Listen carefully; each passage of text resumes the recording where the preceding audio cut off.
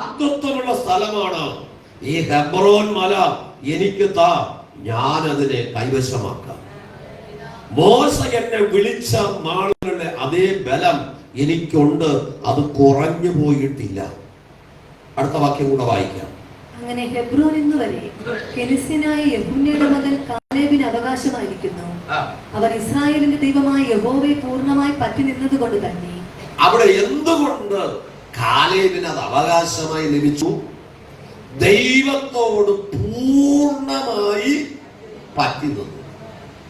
നമുക്ക് ചിലത് എത്തിപ്പിടിക്കാൻ കഴിയണമെങ്കിൽ ഈ കർത്താവിനോട് പൂർണ്ണമായി പറ്റി നിൽക്കണം.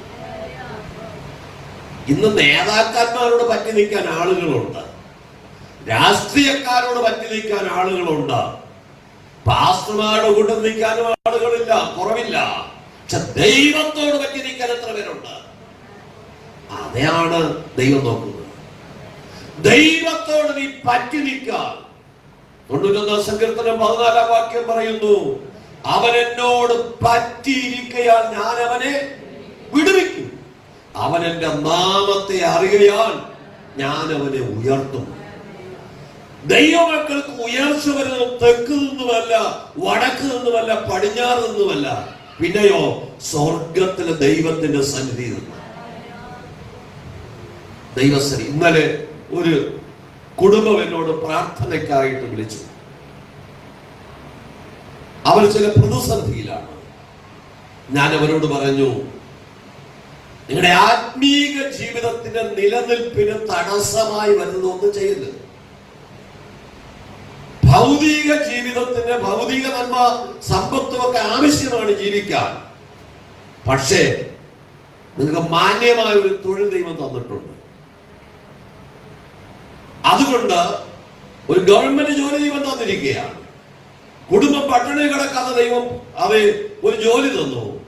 ഇനി നിങ്ങൾ ഭൗതികമായി നിങ്ങൾ വളരുന്നതോടൊപ്പം നിങ്ങളുടെ ആത്മീക ജീവിതവും പുഷ്ടിപ്പെടണം.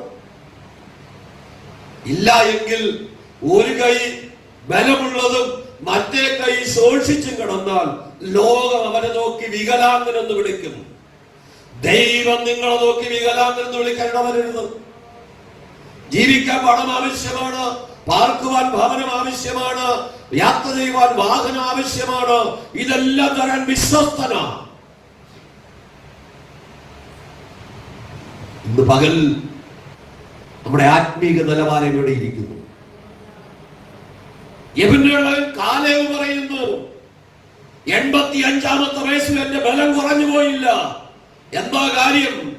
ഒരൊറ്റ സംവിധാനമേ ഉള്ളൂ, അവൻ ദൈവത്തോട് പൂർണ്ണമായി പറ്റി നിന്നു. നമ്മൾ സങ്കീർത്തനത്തിൽ വായിച്ചു, ബലം നിന്നിലുള്ള മനുഷ്യൻ ഭാഗ്യവാൻ. അങ്ങനെയുള്ള മനസ്സിൽ സിയോനിലേക്കുള്ള നമ്മുടെ വഴികൾ മുഴുവനും സിയോനിലേക്കാണ്. അസ്വർഗീയ സിയോന്റെ കാഴ്ചപ്പാട് അകത്തേക്ക് വന്നാൽ ചില കാര്യങ്ങൾ സംസാരിക്കുമ്പോൾ യൗവനക്കാരൻ എന്നോട് പറഞ്ഞു, മുമ്പേ അവന്റെ രാജ്യവും നീതിയും അന്വേഷിപ്പി, അതോടൊപ്പം സകലതും കിട്ടുമെന്നാണല്ലോ വചനം. ഞാൻ പറഞ്ഞു, അത് തന്നെയാണ് എന്റെ മർമ്മം. ആത്മീക ശോഷണം വന്നുപോയാൽ ഇവരെന്തെല്ലാം കെട്ടിപ്പൊക്കിയാലും ഒരു ചില്ലുകൊട്ടാരം പോലെ അത് തളർന്നടിയും. ആത്മീകമായി നീ പുറകിലേക്ക് പോയോ, ഇന്ന് പകൽ മടങ്ങി വന്നാൽ നഷ്ടപ്പെട്ടതെല്ലാം തിരികെ തരാൻ ദൈവം വിശ്വസ്തൻ.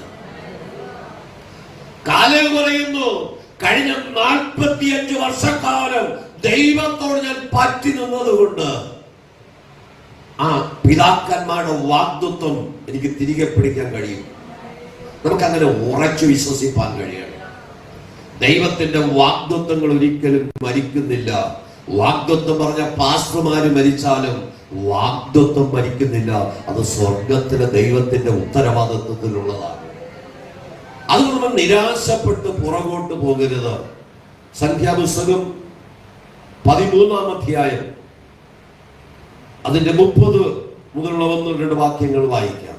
എന്നാൽ കാലേബ് മോശയുടെ മുമ്പാകെ ജനത്തെ അമർത്തി, നാം ചെന്ന് അത് കൈവശമാക്കുക, അത് ജയിപ്പാൻ നമുക്ക് കഴിയുമെന്ന് പറഞ്ഞു. ഇവിടെ 12 ഗോത്ര തലവന്മാരെ കനാൻ ദേശം ഉറ്റുനോക്കുവാൻ അയക്കുമ്പോൾ കാലേബും യോശുവയും അവിടുത്തെ ഒരു മുന്തിരിക്കൊല അറുത്ത് ഒരു തണ്ടിന്മേൽ ചുമത്തി വച്ച് രണ്ടുപേരായി ചുമന്ന് മോശയുടെ അടുക്കൽ കൊണ്ടുവന്നു.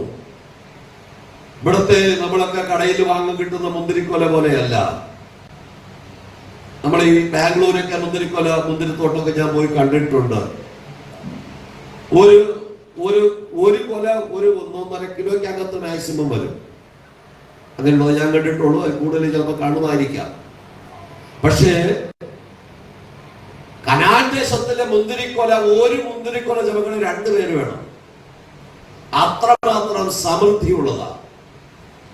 കനാൻ ദേശം ഒറ്റുനോക്കി തിരിച്ചു വന്ന കാലേബും യോശുവയും അത് മോശയോട് പറഞ്ഞു, നമുക്കതിനെ കൈവശമാക്കാൻ കഴിയും. അതിന്റെ 31-ാം വാക്യം പറയും. എങ്കിലും അവരോട് കൂടെ പോയിരുന്ന പുരുഷന്മാർ ഈ ജനത്തിന്റെ നേരെ ചെല്ലുവാൻ നമുക്ക് കഴിയുകയില്ല, അവർ നമ്മിലും ബലവാന്മാരാകുന്നു എന്ന് പറഞ്ഞു. തങ്ങൾ ഒറ്റുനോക്കിയ ദേശത്തെ കുറിച്ച് അവർ ഇസ്രായേൽ മക്കളോട് ദുർവർത്തമാനമായി പറഞ്ഞത് എന്തെന്നാൽ, ഞങ്ങൾ സഞ്ചരിച്ച് ഒറ്റുനോക്കിയ ദേശം നിവാസികളെ തിന്നുകളയുന്ന ദേശമാകുന്നു. ഞങ്ങൾ അവിടെ കണ്ട ജനമൊക്കെയും അതികായകന്മാർ. അവിടെ ഞങ്ങൾ മല്ലന്മാരുടെ സന്തതികളായ അനാക്യ മല്ലന്മാരെയും കണ്ടു. നോക്കണമേ, ഇവിടെ 10 പേര് ഒരുമിച്ച് കൂടിയിട്ട് പറയുകയാണ്, അവിടെ ഞങ്ങൾ അനാക്യ മല്ലന്മാരെ കണ്ടു. അവരുടെ കയ്യിൽ നമ്മൾ പാപ്പടം പോലെ നമ്മളെ പൊടിച്ചു കളയും. അതുകൊണ്ട് ആ ദേശത്തേക്ക് പോകാനായിട്ട് പാടില്ല. അടുത്ത വാക്യം, ഞങ്ങൾക്ക് തന്നെ ഞങ്ങൾ വെട്ടുക്കിളി പോലെ തോന്നി, അവരുടെ കാഴ്ചയ്ക്കും ഞങ്ങൾ അങ്ങനെ തന്നെ ആയിരുന്നു. അപ്പോൾ സഭയൊക്കെ ഉറക്കി നിലവിളിച്ചു, ജനം ആ രാത്രി മുഴുവനും കരഞ്ഞു. ഇസ്രായേൽ മക്കൾ എല്ലാവരും മോശയ്ക്കും അഹരോനും വിരുദ്ധമായി പിറുപിറുത്തു. ഇസ്രായേൽ മക്കൾ മുഴുവനും മോശയ്ക്കും അഹരോനും വിരോധമായി പിറുപിറുത്തു. സഭയൊക്കെയും അവരോട്, മിസ്രയീം ദേശത്ത് വെച്ച് ഞങ്ങൾ മരിച്ചു പോയിരുന്നു എങ്കിൽ കൊള്ളായിരുന്നു, അല്ലെങ്കിൽ ഈ മരുഭൂമിയിൽ വെച്ച് ഞങ്ങൾ മരിച്ചു പോയിരുന്നു എങ്കിൽ കൊള്ളായിരുന്നു. വാളാൽ വീഴേണ്ടതിന് യഹോവ ഞങ്ങളെ ആ ദേശത്തിലേക്ക് കൊണ്ടുപോകുന്നത് എന്തിന്? വാളാൽ വീഴേണ്ടതിന് ഞങ്ങളെ ആ ദേശത്തേക്ക് കൊണ്ടുപോകുന്നത് എന്തിന്? ഞങ്ങളുടെ ഭാര്യമാരും മക്കളും കൊള്ളായി പോകുമല്ലോ, മിസ്രയീമിലേക്ക് മടങ്ങി പോകുകയല്ലയോ ഞങ്ങൾക്ക് നല്ലത് എന്ന് പറഞ്ഞു. കാരണം ഇവിടെ 10 പേര് ഒരുമിച്ച് കൂടി ജനത്തെ ഇളക്കി വിട്ടു, മോശയ്ക്കും അഹരോനും എതിരായിട്ട്. കാലേബ് ജനത്തെ അമർത്താൻ നോക്കുമ്പോൾ യോശുവയും കാലേബും പറയുന്നതിന് വിലയില്ല. എല്ലായിടത്തും ഭൂരിപക്ഷത്തിനാണല്ലോ വില.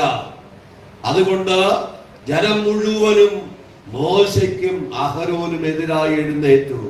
മിസ്രൈമിൽ വെച്ച് ഞങ്ങളെ കൊന്നുകളഞ്ഞെങ്കിൽ മതിയായിരുന്നു, ഈ മരുഭൂമിയിൽ വെച്ച് ഞങ്ങൾ പട്ടുപോയെങ്കിൽ മതിയായിരുന്നു, ഞങ്ങളുടെ ഭാര്യമാരും മക്കളും കൊള്ളയായി പോകുമെന്ന് അവർ പറഞ്ഞു. വചനം പറയുന്നു, ജീവനും മരണവും നാവിന്റെ അധികാരത്തിൽ ഇരിക്കുന്നു. അവർ പട്ടുപോകുമെന്ന് പറഞ്ഞ സകല ആളുകളും മരുഭൂമിയിൽ വെച്ച് പട്ടുപോയി എന്ന് വേദപുസ്തകം പറയുന്നു. അടുത്ത വാക്യം, നാം ഒരു തലവരെ നിശ്ചയിച്ച് മിസ്രയീമിലേക്ക് മടങ്ങിപ്പോക എന്നും അവർ തമ്മിൽ പറഞ്ഞു. അപ്പോൾ മോശയും അഹരോനും ഇസ്രായേൽ സഭയുടെ സർവ്വസംഘത്തിന്റെയും മുമ്പാകെ കവിണ്ണു വീണു. ദേശത്തെ ഒറ്റുനോക്കിയവരിൽ നൂന്റെ മകനായ യോശുവയും യെഫുന്നയുടെ മകൻ കാലേബും വസ്ത്രം കീറി ഇസ്രായേൽ മക്കളുടെ സർവ്വസഭയോടും പറഞ്ഞത് എന്തെന്നാൽ, ഞങ്ങൾ സഞ്ചരിച്ച് ഒറ്റുനോക്കിയ ദേശം എത്രയും നല്ല ദേശമാകുന്നു. യഹോവ നമ്മിൽ പ്രസാദിക്കുന്നു എങ്കിൽ അവൻ നമ്മെ പാലും തേനും ഒഴുകുന്ന ആ ദേശത്തേക്ക് കൊണ്ടുചെന്ന് നമുക്ക് അത് തരും. ഒരു കണ്ടീഷൻ ഉണ്ട്, ദൈവത്തിന് നമ്മിൽ പ്രസാദം തോന്നണം. പിതാക്കന്മാരോട് വാഗ്ദത്തം ചെയ്ത അവകാശത്തിലേക്ക് കടക്കുവാൻ ദൈവത്തിന് എന്നിൽ പ്രസാദമുണ്ടോ? ദൈവത്തെ പ്രസാദിപ്പിക്കാൻ കഴിയുമോ? യേശു കർത്താവ് ജനിക്കുമ്പോൾ ദൂതന്മാർ പാടി, അത്യുന്നതങ്ങൾ ദൈവത്തിന് മഹത്വം, ഭൂമിയിൽ ദൈവപ്രസാദമുള്ളവർക്ക് സമാധാനം. ദൈവത്തിന് പ്രസാദമുണ്ടെങ്കിൽ അവിടെ കാലേബ് സ്വന്തത്തിൽ ആശ്രയം വയ്ക്കുന്നില്ല, യോശുവ സ്വയത്തിൽ ആശ്രയം വയ്ക്കുന്നില്ല. പിന്നെയോ, ദൈവത്തിന് നമ്മിൽ പ്രസാദമുണ്ടെങ്കിൽ ആ മല നമുക്ക് കൈവശമാക്കാൻ കഴിയും. അടുത്ത വാക്യം, യഹോവയോട് നിങ്ങൾ മത്സരിക്കുക മാത്രം അരുത്. ആ ദേശത്തിലെ ജനത്തെ ഭയപ്പെടരുത്. അവർ നമുക്ക് ഇരയാകുന്നു. അവരുടെ ശരണം പൊയ്പോയിരിക്കുന്നു. നമ്മോടുകൂടെ യഹോവ ഉള്ളത് കൊണ്ട് അവരെ ഭയപ്പെടരുത്. എന്നാലേ അവരെ കല്ലെറിയണം എന്ന് സഭയെല്ലാം പറഞ്ഞു. നോക്കണമേ, മോശയും യോശുവയും കാലേബും പറയുന്നു, ദൈവം നമ്മോട് കൂടെ ഉള്ളത് കൊണ്ട് നമ്മൾ ആ ജനത്തെ ഭയപ്പെടരുത്. അതുകൊണ്ട് ജനമെല്ലാം അവരെ കല്ലെറിയാനായിട്ട് തുടങ്ങി. വായിക്കാം. അപ്പോൾ യഹോവയുടെ തേജസ് സമാഗമന കൂടാരത്തിൽ എല്ലാ ഇസ്രായേൽ മക്കളും കാണുകയും പ്രത്യക്ഷമായി. അവിടെ സകല ജനവും കാണുക ദൈവത്തിന്റെ തേജസ് പ്രത്യക്ഷമായി എന്ന് പറഞ്ഞാൽ മോശയോട് ദൈവം പറഞ്ഞതാണ് മോശ ചെയ്തത്. യോശുവയും കാലേബും ചെയ്തതാണ് നല്ലതെന്ന് തെളിയിക്കുവാൻ കർത്താവ് ഇറങ്ങി വന്നു. നമ്മൾ ചെയ്യും ഒരു കാര്യത്തിന് ദൈവം സീൽ ചെയ്യുവാനുണ്ടെങ്കിൽ ഉലകത്തിൽ ആരും നിന്നെ സപ്പോർട്ട് ചെയ്തില്ലെങ്കിലും നിനക്ക് നിൽക്കുവാൻ കഴിയും. വായിക്കാം അടുത്ത വാക്യം. യഹോവ മോശയോട്, ഈ ജനം എത്രത്തോളം എന്നെ നിരസിക്കും. ഞാൻ അവരുടെ മധ്യേ ചെയ്തിട്ടുള്ള അടയാളങ്ങളൊക്കെയും കണ്ടിട്ടും അവർ എത്രത്തോളം എന്നെ വിശ്വസിക്കാതിരിക്കും. ഞാൻ അവരെ മഹാമാരിയാൽ ദണ്ഡിപ്പിച്ച് സംഹരിച്ചു കളയുകയും നിന്നെ അവരെക്കാൾ വലിപ്പവും ബലവുമുള്ള ജാതിയാക്കുകയും ചെയ്യും എന്ന് അരുളി ചെയ്തു. മോശ യഹോവയോട് പറഞ്ഞത്, എന്നാൽ മിസ്രയീമ്യർ അത് കേൾക്കും. നീ ഈ ജനത്തെ അവരുടെ ഇടയിൽ നിന്ന് നിന്റെ ശക്തിയാൽ കൊണ്ടുപോകുന്നുവല്ലോ. അവർ അത് ഈ ദേശനിവാസികളോടും പറയും, യഹോവയായ നീ ഈ ജനത്തിന്റെ മധ്യേ ഉണ്ടെന്ന് അവർ കേട്ടിരിക്കുന്നു. യഹോവയായ നിന്നെ ഇവർ കണ്ണാലെ കാണുകയും നിന്റെ മേഘം ഇവർക്ക് മീതെ നിൽക്കുകയും പകൽ മേഘസ്തംഭത്തിലും രാത്രി അഗ്നിസ്തംഭത്തിലും നീ ഇവർക്ക് മുമ്പായി നടക്കുകയും ചെയ്യുന്നുവല്ലോ. അവിടെ ദൈവ സാന്നിധ്യം അവരോട് കൂടെ ഇരിക്കുമ്പോൾ മോശ അവരോട് അതേ ദൈവത്തോട് പറയാ, കർത്താവേ നീ അത് ചെയ്യരുത്. അല്ലെ, സംഖ്യാപുസ്തകം 14 അധ്യായം 36-37 വാക്യങ്ങൾ. ദേശം ഒറ്റുനോക്കുവാൻ മോശ അയച്ചു വരും. മടങ്ങി വന്ന് ദേശത്തെ കുറിച്ച് ദുർവർത്തമാനം പറഞ്ഞു. സഭ മുഴുവനും അവന് വിരോധമായി പിറുപിറുപ്പാൻ സംഗതി വരുത്തിയവരും ദേശത്തെ കുറിച്ച് ദുർവർത്തമാനം പറഞ്ഞവരുമായ പുരുഷന്മാർ യഹോവയുടെ മുമ്പാകെ ഒരു ബാധ കൊണ്ട് മരിച്ചു. യഹോവയുടെ മുമ്പിൽ നിന്നൊരു ബാധ കൊണ്ട് മരിച്ചു. ദൈവത്തിന് വിരോധമായി സംസാരിച്ചവരെ ദൈവം കരിച്ചു കളഞ്ഞു. അടുത്ത വാക്യം. എന്നാൽ ദേശം ഒറ്റുനോക്കുവാൻ പോയ പുരുഷന്മാരിൽ നൂനിന്റെ മകൻ യോശുവയും യെഫുന്നെയുടെ പുത്രൻ കാലേബും മരിച്ചില്ല. അത് രണ്ടുപേരെ ദൈവം സൂക്ഷിച്ചു. ഇന്ന് പകൽ നമ്മെ ദൈവം സൂക്ഷിക്കണമോ? ആവർത്തന പുസ്തകം 1-ാം അധ്യായം 36-ാമത് വാക്യം. ആവർത്തന പുസ്തകം 1-ാം അധ്യായം അതിന്റെ 36-ാമത് വാക്യം. യെഫുന്നെയുടെ മകനായ കാലേബ് മാത്രം അത് കാണുകയും അവൻ യഹോവയെ പൂർണ്ണമായി പറ്റി നിന്നതുകൊണ്ട് അവനും അവന്റെ പുത്രന്മാർക്കും അവൻ ചവിട്ടിയ ദേശം ഞാൻ കൊടുക്കുകയും ചെയ്യുമെന്ന് സത്യം ചെയ്ത് കൽപ്പിച്ചു. ദൈവം ചില കാര്യങ്ങൾ സത്യം ചെയ്ത് ഇന്ന് പകൽ ഉറപ്പിക്കുക. ദൈവത്തോട് പൂർണ്ണമായി പറ്റി നിന്ന കാലേബിന് വേണ്ടി ആ ദേശം കൊടുക്കുമെന്ന് ദൈവം ഉറപ്പിച്ചു കഴിഞ്ഞു. ഇന്ന് പകൽ എനിക്കും നിങ്ങൾക്കും ഒരു നന്മ തരുവാൻ ദൈവം തീരുമാനിച്ചാൽ അതിനെ ഇളക്കുവാൻ ഉലകത്തിലെ ഒരു ശക്തിക്കും സാധ്യമല്ല. ദൈവം കൽപ്പിച്ചാൽ കർത്താവ് വാക്കുമാറുന്നവനല്ല. മനുഷ്യരൊക്കെ വാക്കുമാറും, പക്ഷെ ദൈവം വാക്കുമാറുന്നവനല്ല. വാഗ്ദത്തം ചെയ്തവൻ വിശ്വസ്തനാണ്. വാക്കു പറഞ്ഞാൽ മാറാത്തൊരു ദൈവം. ഈ പകൽക്കാലം എത്ര പേർക്ക് ഉറപ്പുണ്ട് ഇന്നലകൾ നഷ്ടപ്പെട്ടു പോയത് ഞാൻ തിരികെ പിടിക്കുമെന്ന്, ഒഴുകിപ്പോയത് ഞാൻ തിരികെ പ്രാപിക്കുമെന്ന്, മണൽ കുടിച്ചു കളഞ്ഞതിനെ ഞാൻ തിരിച്ച് ഉറവയാക്കി കൊണ്ടുവരുമെന്ന്. എന്റെ പിതാവ് പറയുന്നൊരു പദമുണ്ട്, ഇരുമ്പ് കുടിക്കുന്ന വെള്ളം പിന്നെ കക്കാറില്ല എന്ന് പറഞ്ഞാൽ ഒലയിൽ വെച്ച് ചുട്ടുപഴിപ്പിച്ച ഇരുമ്പ് കഷ്ണം കൊല്ലൻ ഒരു പാത്രത്തിലെ വെള്ളത്തിൽ മുക്കും. ആ വെള്ളം മുഴുവനും ആ ഇരുമ്പ് വലിച്ചെടുത്ത് ആ ഇരുമ്പ് തണുക്കും. ഇനി എന്തൊക്കെ വിദ്യ ചെയ്താലും ആ ഇരുമ്പ് കുടിച്ച വെള്ളം തിരിച്ചെത്തിയില്ല, വരികയില്ല. ഇരുമ്പ് കുടിച്ച വെള്ളം കക്കാറില്ല എന്ന് പിതാക്കന്മാർ പറയാറുണ്ട്.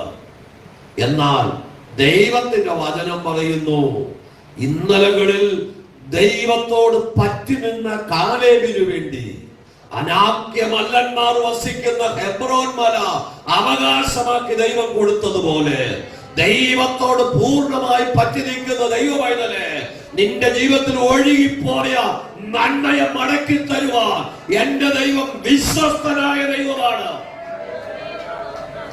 കാലേബിനെ കുറിച്ച് പറയുന്നത്, അവൻ എന്നോട് പൂർണ്ണമായി പറ്റി നിന്നത് കൊണ്ട് ഞാൻ അവന് ആ മല കൊടുക്കും. കാലേബ് പറയുകയാണ്, എന്നെ മോശ വിളിച്ചപ്പോൾ 40 വയസ്സായിരുന്നു, ഇപ്പോൾ എനിക്ക് 85 വയസ്സായി. ഇന്നും എനിക്ക് യുദ്ധം ചെയ്യുവാൻ ആരോഗ്യമുണ്ട്. അനാക്യമല്ലന്മാരെ തകർക്കുവാൻ ഉള്ള ബലം എനിക്ക് ഇന്നുമുണ്ട്. നമുക്കെതിരെ വെല്ലുവിളിക്കുന്ന അതേ അപ്പോസ്തലൻ പൗലോസ് ലേഖനത്തിൽ പറയും, നമുക്ക് പോരാട്ടമുള്ളത് ജഡരക്തങ്ങളോടല്ല, വാഴ്ചകളോടും അധികാരങ്ങളോട്, ഈ ലോക അന്ധകാര ശക്തികളോട്, സ്വർലോകത്തിലെ ദുഷ്ടാത്മസേനയോട് മാത്രമേ നമുക്ക് പോരാടുവാൻ. ദൈവത്തിന്റെ സർവായുധവർഗം ധരിച്ച ഒരു ദൈവമൈതൽ യുദ്ധത്തിനായി ഒരുങ്ങിക്കോ. ഇന്ന് പകൽ ചിലതിനെ വെട്ടുവാൻ ഒരു അധികാരം കൈമാറുന്ന ദിവസമത്രേ.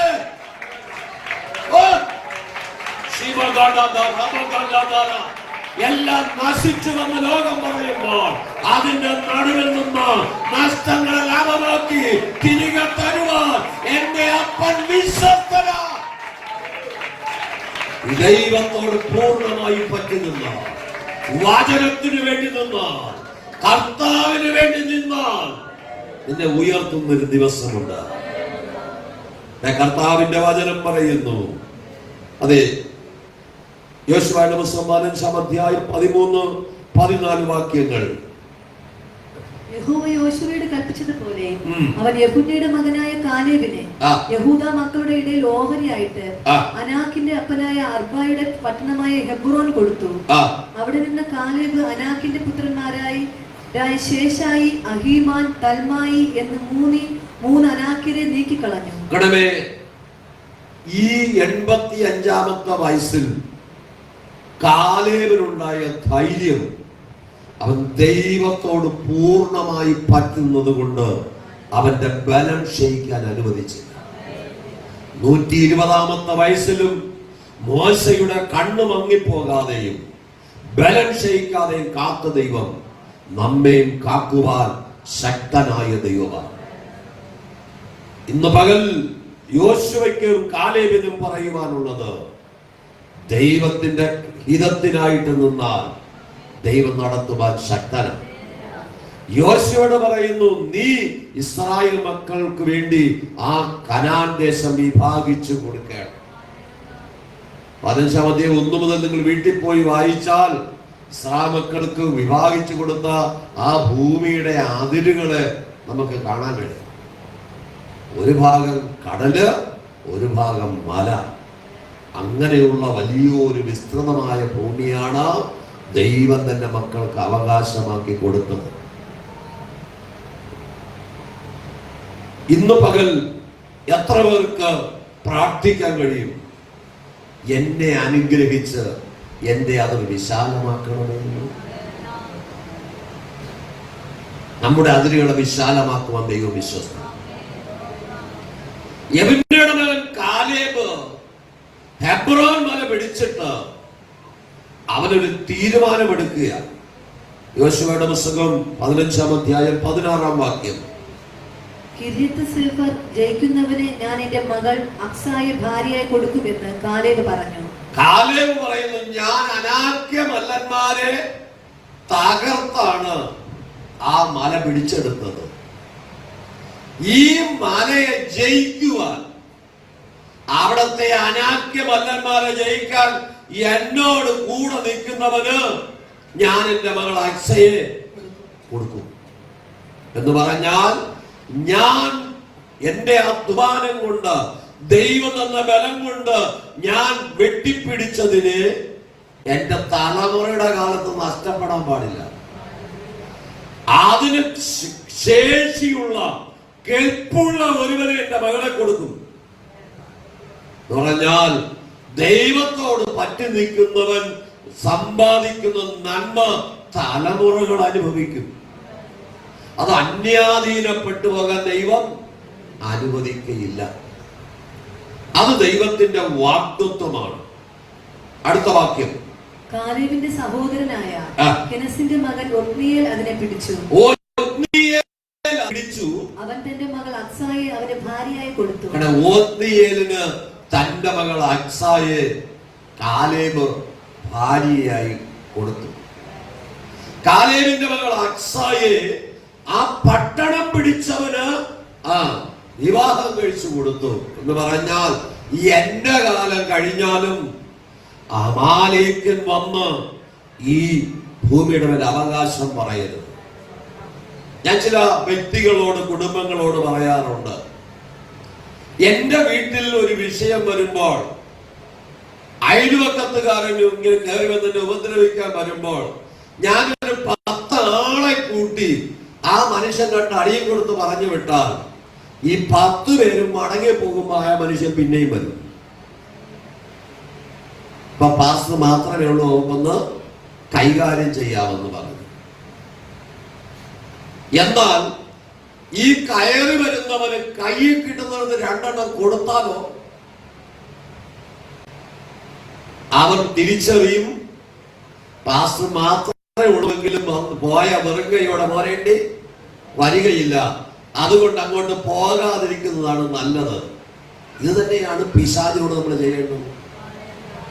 ഒരു പ്രതിസന്ധി വരുമ്പോൾ കുടുംബമായി മുട്ടുമടക്കി പ്രാർത്ഥിച്ച് അതിനെ ജയിക്കാൻ കഴിഞ്ഞാൽ പിന്നെ ഒരിക്കലും അത് നിങ്ങളുടെ ഭവനത്തിലേക്ക് വരികയില്ല. നമ്മൾ വിഷയം വരുമ്പോൾ ദൈവദാസന്മാരെ വിളിക്കും, പ്രാർത്ഥിക്കും, ഒരു ഉപവാസം വയ്ക്കും. വിടുതൽ കിട്ടിക്കഴിഞ്ഞാൽ പിന്നെ പാസ്റ്ററും വേണ്ട, പ്രാർത്ഥനയും വേണ്ട, കൂട്ടായ്മയും വേണ്ട. അത് കർത്താവ് പറയുന്നു, നിന്നെ വിട്ട് ഇറങ്ങിപ്പോയ പിശാച് നിന്റെ വീട് അടിച്ചു വാരി വൃത്തിയാക്കിയിരിക്കുന്ന കണ്ടാൽ തന്നെക്കാൾ ബലവാന്മാരെ 7 പേരെ കൂട്ടി എന്ത് ചെയ്യും? മടങ്ങി വരും. പിന്നത്തെ സ്ഥിതി മുമ്പിലത്തെക്കാളും വല്ലാതെയാകും. അന്ന് ഈ പാസ്റ്റർ പ്രാർത്ഥിച്ചാലും വിടുതൽ വരില്ല.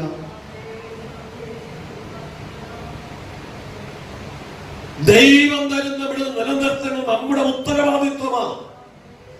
എന്റെ വീട്ടിനകത്ത് കർത്താവ് നൽകിയ സ്വാതന്ത്ര്യം നിലനിർത്തേണ്ടത് എന്റെ ഉത്തരവാദിത്വമാണ്. ഒരൊറ്റ വഴി ഈ കർത്താവുമായി പറ്റി നിൽക്കുക. കാലേബെടുത്ത തീരുമാനം, മോശ എന്നെ വിളിച്ച നാളിലെ 40-ാമത്തെ വയസ്സിലെ ആരോഗ്യം ഈ 85-ാമത്തെ വയസ്സിൽ നിലനിൽക്കുന്നത് ദൈവവുമായി ഞാൻ പറ്റി നിന്നത് കൊണ്ടാണ്. കർത്താവുമായി പറ്റി നിന്ന നമ്മൾ ഒരു കാര്യം പറഞ്ഞാൽ അതിനെ കർത്താവ് സീല് ചെയ്താൽ അത് അങ്ങനെ സംഭവം. ദൈവത്തിന് ഹിതമാണെങ്കിൽ നമ്മോട് ഓർപ്പിച്ചിട്ടുണ്ട്, നമ്മുടെ ഇവിടെ 3 സഹോദരിമാർ പിശാചിനാൽ ബന്ധിക്കപ്പെട്ടവരായി വന്നു. 100 കണക്കിന് പൈശാചിക ശക്തികൾ വിട്ടുപോയി. ആ 3 പേരുടെ വിവാഹം കഴിഞ്ഞ് അവർക്കല്ല ഓരോ കുഞ്ഞുങ്ങളുമായി. അവരുടെ അമ്മ ഒരിക്കൽ രോഗിയായി. ഈ ഇളയ മകളുടെ വിവാഹം കഴിഞ്ഞ് ചില ദിവസം കഴിഞ്ഞപ്പോ അവിടെ മൂത്ത സഹോദരൻ, അമ്മയുടെ മൂത്ത മകൻ എന്നെ വിളിച്ചിട്ട് പറഞ്ഞു, പാസ്റ്ററെ അമ്മയ്ക്ക് സീരിയസ് ആണ്. ഞാൻ അവിടെ പോയി പ്രാർത്ഥിച്ചിട്ട് പറഞ്ഞു, അമ്മ ഇപ്പൊ മരിക്കില്ല. എന്താ ഉറപ്പ്? ഞാൻ ഒരു ദിവസം ദൈവത്തോട് പറഞ്ഞു, ഈ 3 പെൺമക്കളും ആയിട്ട് ഇവിടെ വന്നതാണ് അമ്മ ദൈവസന്നിധിയിലാണ്. 3 പേർക്ക് ഓരോ തലമുറകളെ കാണുന്നത് വരെ ഈ അമ്മയ്ക്ക് മരിക്കാൻ കഴിയില്ല.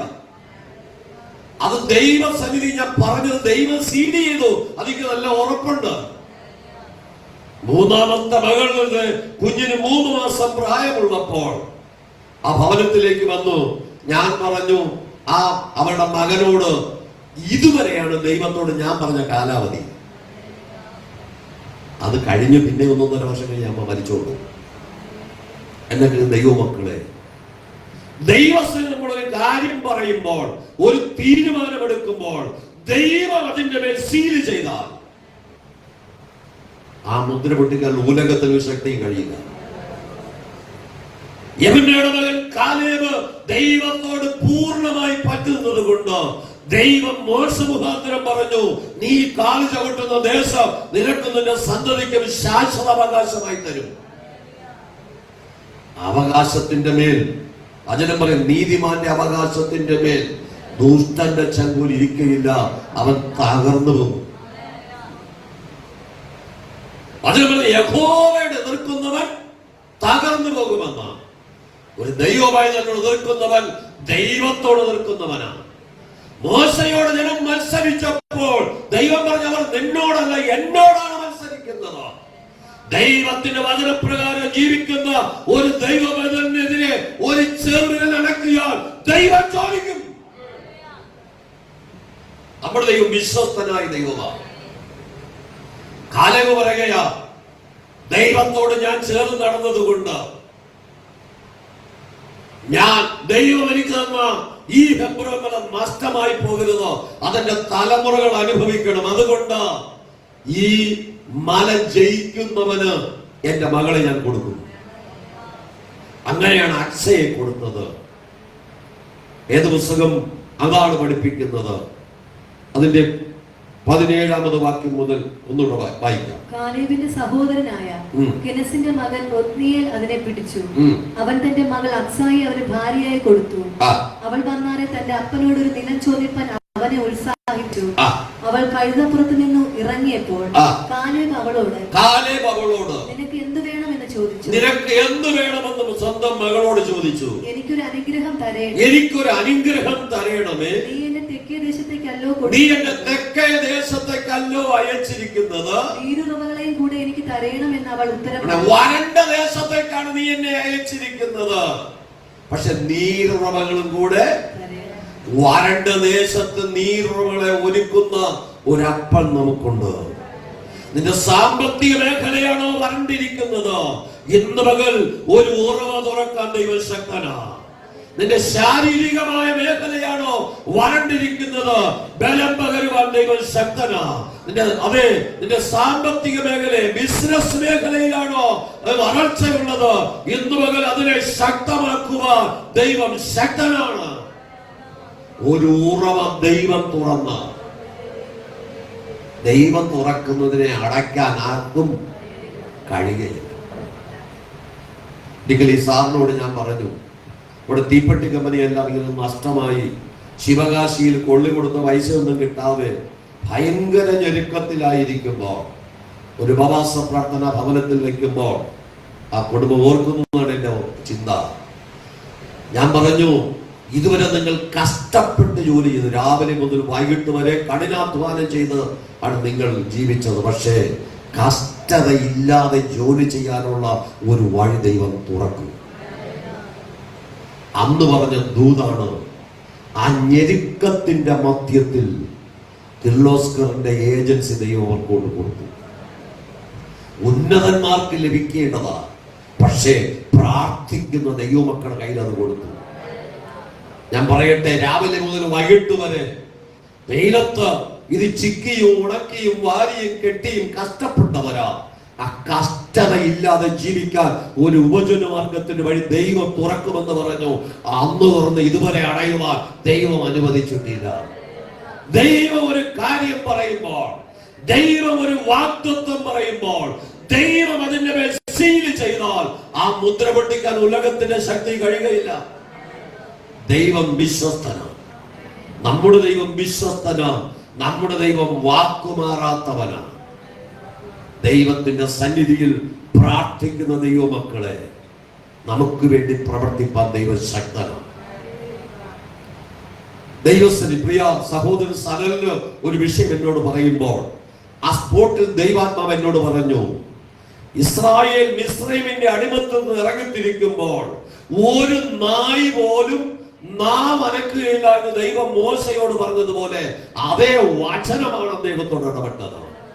അതുകൊണ്ട് താൻ ആരംഭിച്ച ദൗത്യം പൂർത്തീകരിപ്പാൻ ദൈവം കൃപ ചെയ്തു.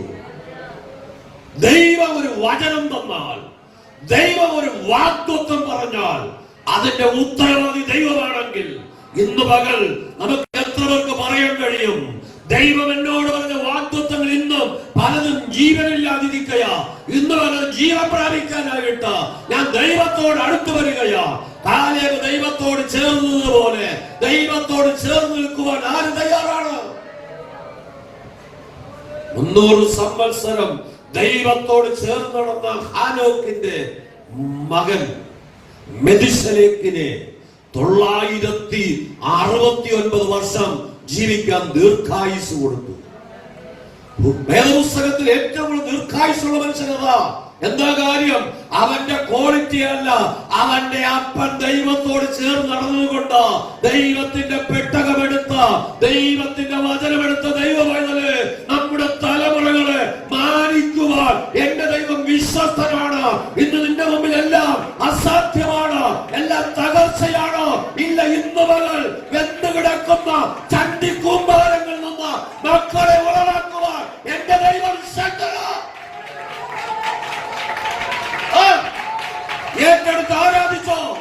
ആരാധന വെളിപ്പെടുമ്പോ നിന്റെ കുടുംബത്തിനകത്ത് ശത്രു കൊണ്ടുവന്ന ചില കെണികളെ പൊട്ടിച്ച് നിന്റെ പുറത്ത് കൊണ്ടുവരുവാൻ എന്റെ ദൈവം സർവശക്തനാ.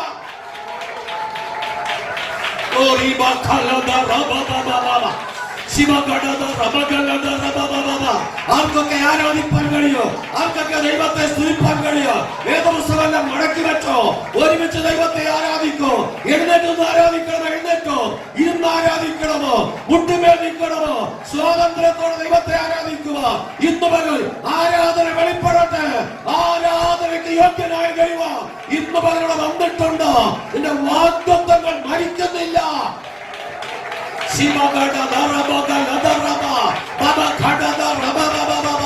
ഏതൊക്കെയോ മേഖലയിലോ ശത്രുവിനെ ഒതുക്കിയതിനെ, ശത്രു അവഗണിച്ചു കൊണ്ടുപോയതിനെ മടക്കി തരുവാ എന്റെ അപ്പൻ ഇവിടെ വന്നിട്ടുണ്ട്. ആ കർത്താവ് എന്റെ കണ്ണിന്റെ മുമ്പിൽ മറഞ്ഞിരിക്കുന്ന ഒന്നുമില്ല. ആ സ്വർഗത്തിലെ ദൈവത്തിന്റെ സാന്നിധ്യം ഇവിടെ ഉണ്ട്. ഓ ഹല്ലേലൂയ. ദൈവത്തോട് പട്ടിണിക്കുന്നവനെ വിടുവിക്കുക, ദൈവത്തിന്റെ വചനപ്രകാരം ജീവിക്കുന്നവനെ ഉയർത്തുക. എന്റെ ദൈവം ഇവിടെ ഉണ്ട്. ആരാധിച്ചോ. ആദരം തുറന്ന്, ആരും പ്രോത്സാഹിപ്പിക്കാതെ ദൈവത്തെ ആരാധിക്കുക. ആദരം തുറന്ന് ആ ദൈവത്തിന് മഹത്വം കൊടുക്കുക. ഓ ഹല്ലേലൂയ. ദൈവത്തിന് വിരോധമായ 10 പേരെ ആ സ്വർഗത്തിലെ തീയിറക്കി ദൈവം കത്തിച്ചു കളഞ്ഞപ്പോൾ ദൈവത്തോട് പറ്റി നിന്ന കാലേബിനെ, യോശുവയെയും ദൈവം ദീർഘായുസ് കൊടുത്തെങ്കിൽ ദീർഘായുസ് ദൈവത്തിന്റെ ദാനമാണ്. കർത്താവിന്റെ സന്നിധിയിൽ നമ്മെ തന്നെ നേർപ്പിച്ച് ആരാധിക്കാം. ദൈവത്തിന്റെ മഹത്വം ശക്തമായി ചലിക്കട്ടെ.